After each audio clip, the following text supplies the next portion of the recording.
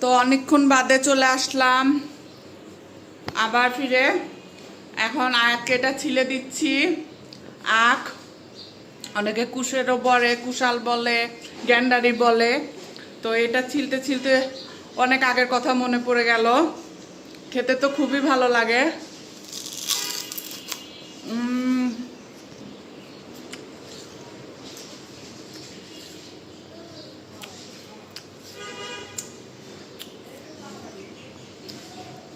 ছোটবেলা আব্বা দাদু নিয়ে আসতো, অনেকগুলো নিয়ে আসে আমাদেরকে দিত ছিলতে না পারলে মাঝখান দিয়ে কেটেও দিত, দেখা যায় 2 ভাগ করে, তাহলে আমাদের সুবিধা হতো। তো আয়াতকে এটা দিব খাওয়ার জন্য। আতিফ খুব একটা খেতে চায় না, ওকে আবার ভেঙে ভেঙে দিতে হয়। আয়াত নাও মা, একটা খাইছো, আরেকটা খাও। ও খাবে না, যাক আমি এতটুকুই খাবো, খেয়ে রেখে দিব। আর দুপুরের রান্নার জন্য প্রিপারেশন নেওয়া হয়ে গেছে। আজকে খুব বেশি রান্না করব না, খালি গরুর গোশটা রান্না করব। ভাত অলরেডি চড়ায় দিচ্ছি। গরুর মাংসটা সকালে ভিজায় রাখছিলাম, এখন আমি পরিষ্কার করে কেটে নিছি অলরেডি, একটু সাইজ করে ধুয়ে এই যে কড়াইয়ে মাখিয়ে চড়ায় দিব। ভাত হচ্ছে, পেঁয়াজ কেটে রেখে গেছে, আর আলু দিব, গোশে আলু দিব। গরুর মাংসটা 1 ধোয়া দিয়ে রেখে দিছি, আবার আরেকটা ধোয়া দিয়ে তুলে ফেলবো। খুব বেশি ধুলে পরে আবার স্যাঁতস্যাঁতা হয়ে যাবে, মানে খেতে ভালো লাগবে না। মাংস খুব বেশি ধুতে নাই, মাছ যত ধুবেন ততই বেশি মানে খেতে ভালো লাগে, কিন্তু গোশ বেশি ধুলে ভাল লাগে না। এই তো আম্মু রান্না তুলে দিব সোনাটা। আয়াত আসছে রান্নাঘরে, আমাকে বলতেছে কি করো আম্মু। সকালে নাস্তা করে এসে আসছিল, বিলকিস আসছিল, এসে কুটা বাসা করে ফার্নিচার মুছে, তারপরে জানালাগুলোও মুছে দিছে আজকে আয়াত আতিফের রুমে। কালকে আবার হচ্ছে গা তানজিলা আসে নাই, তানজিলার কাজটা বিলকিস করছিল। স্কুল থেকে আসার পরে ওর শরীরটা ভালো ছিল না, এই জন্য ছুটি নিছিল। আজকে আবার ওর স্টার্ট করবে, আসবে দুপুরবেলা।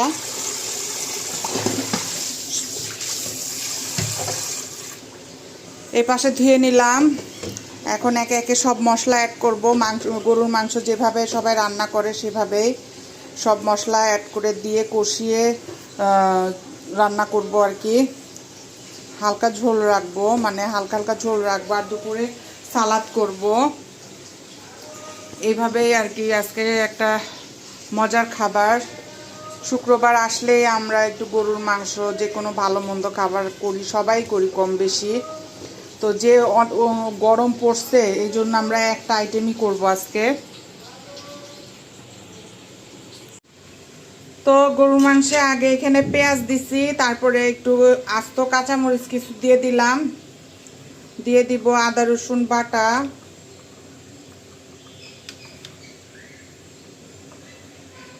আদা রসুন বাটা 3 টেবিল চামচ দিয়ে দিলাম আর কি,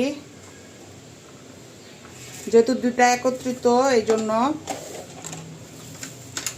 দিয়ে দিব হলুদের গুঁড়া 2 টিস্পুন, মরিচের গুঁড়া ভরে ভরে 2 টিস্পুন, ধনিয়ার গুঁড়া সব একই মাপেই দিব 2 টিস্পুন করে, একদম উঁচু উঁচু ভরে ভরে দিচ্ছি আমি। লবণ দিয়ে দিব পরিমাণ মতো,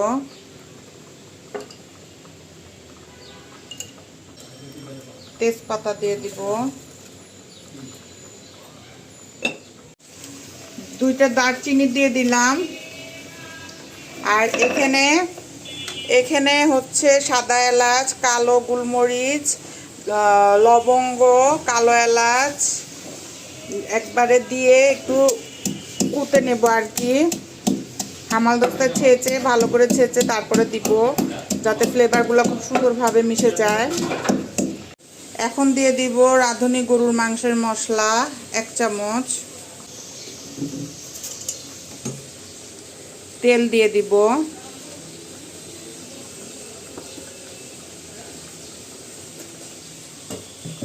এখন হাত দিয়ে মাখাবো আমি। গরুর মাংসটা হাত দিয়ে মাখিয়ে সুন্দর মতো রান্না করলেই বেশি টেস্ট হয় আমার কাছে মনে হয়, যে মশলাটাও ভিতরে ঢুকে।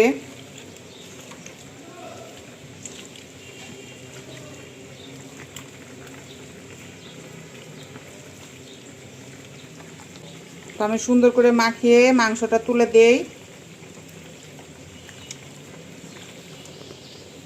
চুলাটা ধরিয়ে দিলাম, ঢেকেও দিব, একটু খুন্তি দিয়ে নাড়াচাড়া করে ঢেকে দেই। গোশে আলু দিব, গোশটা ভালো করে কষায় নিয়ে তারপরে আমি আলুটা অ্যাড করব, না হলে গলে যাবে আগেই দিলে।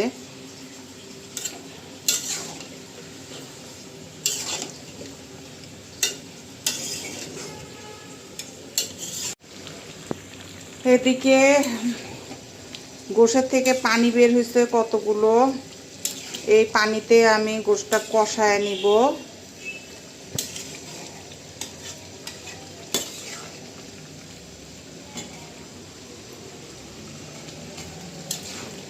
আর বুঝলাম না শুক্রবার জন্য কিনা জানি না, গ্যাসের ইয়েটাও অনেক কম,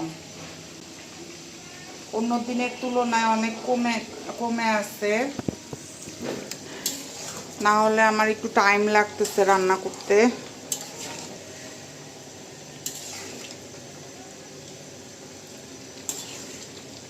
হোক, এভাবে ঢেকে রাখি।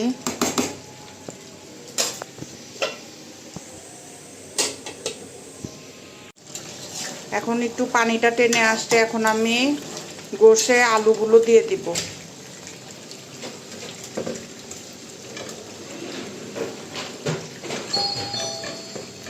ওই তানজিলা বুঝি আসলো।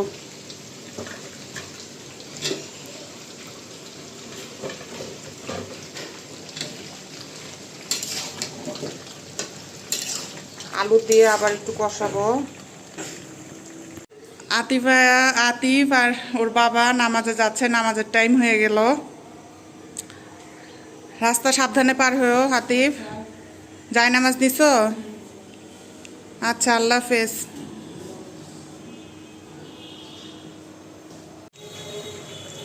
আলু দিয়ে এখন সুন্দর মতো গোশটা আরও ভালোভাবে তেল ভেসে না ওঠা পর্যন্ত কষাইতে থাকবো। তারপরে কষানো হয়ে গেলে ঝোল দিব, একটু ঝোল দিয়ে রান্না করে কালা জিরার গুঁড়া দিয়ে নামিয়ে ফেলবো। তো ওইদিকে তানজিলা কাজ করতেছে, আমি ওইদিকে যাব এখন। একটু চুলার উপর গোশটা রেখে হতে থাক, কিছুক্ষণ পর পর এসে আবার নেড়ে চেড়ে দিব।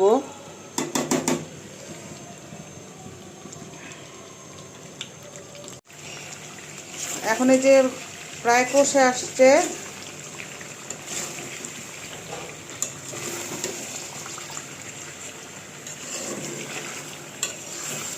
তেলটাই যে ভেসে গেছে। আর একটু ভাজা ভাজা করে পানিটা দিয়ে দিব, মশলাটার কাঁচা গন্ধটা যাতে চলে যায়।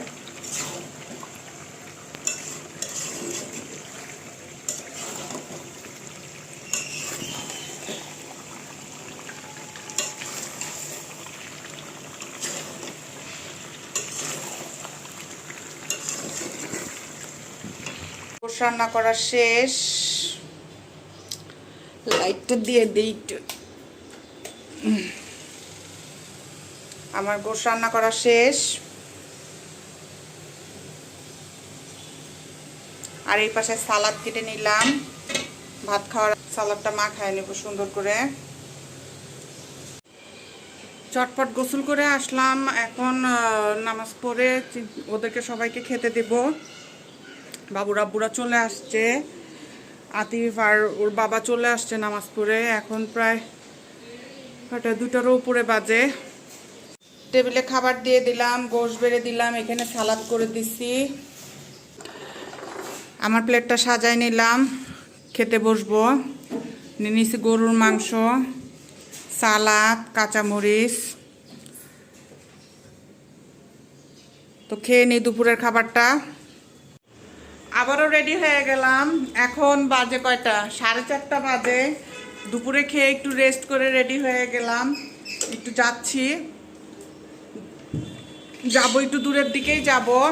তো কি জন্য যাচ্ছি, কেন যাচ্ছি সবই আপনাদেরকে, যদি আমি ওইটা কাজটা সারতে পারি তাহলে অবশ্যই আপনাদেরকে জানাবো।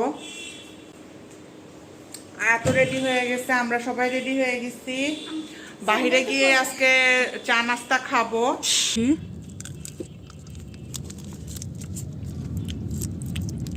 চকলেট খাচ্ছি, আয়াত দিল একটা চকলেট।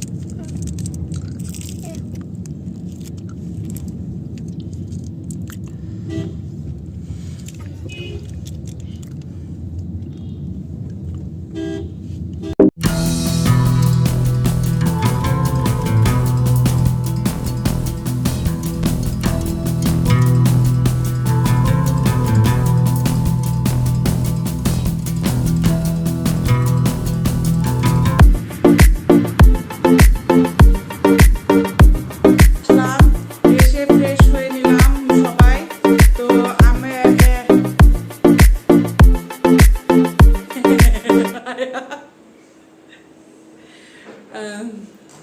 এখন রাত 9:30 বাজে, আমরা সবাই বাইরে থেকে আসছি, 10 মিনিট হলো। ফ্রেশ হয়ে চিন্তা করলাম আজ আমার ব্লগটা আর বড় না করি, তাই আমার ব্লগটা আজ এখানেই শেষ করছি। যদি আমার ব্লগটা আপনাদের ভালো লেগে থাকে অবশ্যই অবশ্যই আমার চ্যানেলটা সাবস্ক্রাইব করবেন এবং লাইক দিতে একদম ভুলবেন না। তাই আমি স্বর্ণা আজ এখানেই বিদায় নিচ্ছি। আল্লাহ হাফেজ।